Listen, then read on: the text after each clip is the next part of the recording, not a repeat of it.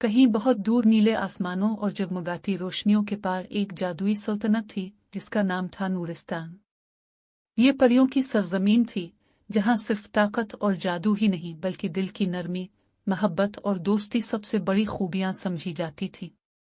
हर साल यहाँ एक अजीम मुकाबला होता था, मगर इस साल रानी नोरेना ने ऐलान किया, इस बार जीतने वाली वो परी होगी जो न सिर्फ जादू दिखाए बल्कि नरमी, मोहब्बत और दूसरों की मदद भी करे। रानी ने 3 खास परियों को चाना, यख परी, आबी परी और शोला परी, और उन्हें 3 मुख्तलिफ इलाकों में भेजा ताकि वो जादुई चाबियां हासिल करें।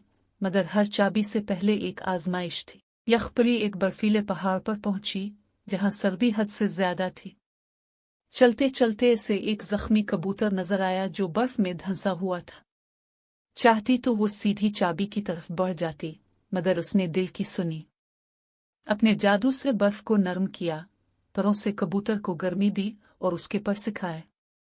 कबूतर खुश होकर चूंच से चमकती बर्फीली चाबी ले आया और बोला, तुमने नरमी से मेरी मदद की, ये चाबी तुम्हारी है। फिर आबी परी एक खुश्क नदी के किनारे पहुंची। जमीन फटी हुई थी, पानी का नामो निशान तक न था और एक नन्ही चिड़िया प्यास से निढाल बैठी थी। आबी परी ने अपना जादू इस्तेमाल किया, बादल बुलाए, बारिश बरसाई और नदी को पानी से भर दिया। चिड़िया ने पानी पिया, खुश होकर नदी की तह से नीली चाबी निकाली और बोली, तुम्हारी मोहब्बत ने मेरी जान बचाई, ये चाबी तुम्हारी है।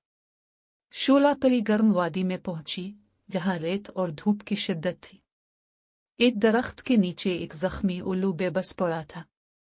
शोला परी ने आग की ताकत नरमी से इस्तेमाल की, रोशनी से इसके जख्म भरे और हरारत से इसके पर गर्म किए। उल्लू अलिफाड़ने लगा, फिजा में चक्कर लगाकर वापस आया और सुनहरी चाबी लाकर कहा, तुम्हारी रोशनी ने मेरी उम्मीद जगाई, ये चाबी तुम्हारी है। तीनों परियां नूरिस्तान वापस आए और रानी नोरेना के सामने चाबियां रखी। जैसे ही चाबियां आपस में मिले, रोशनी फूटी, आसमान चमका और फूल बरसने लगे। चाबियों से एक नई परी पैदा हुई, गुलपरी, जिसके पर फूलों जैसे थे, जिस्म से खुशबू निकलती। रानी नोरेना ने खुशी से ऐलान किया, तुम तीनों ने न सिर्फ जादू से बल्कि दिल से दूसरों की मदद की, इसी का इनाम ये नई जिंदगी है।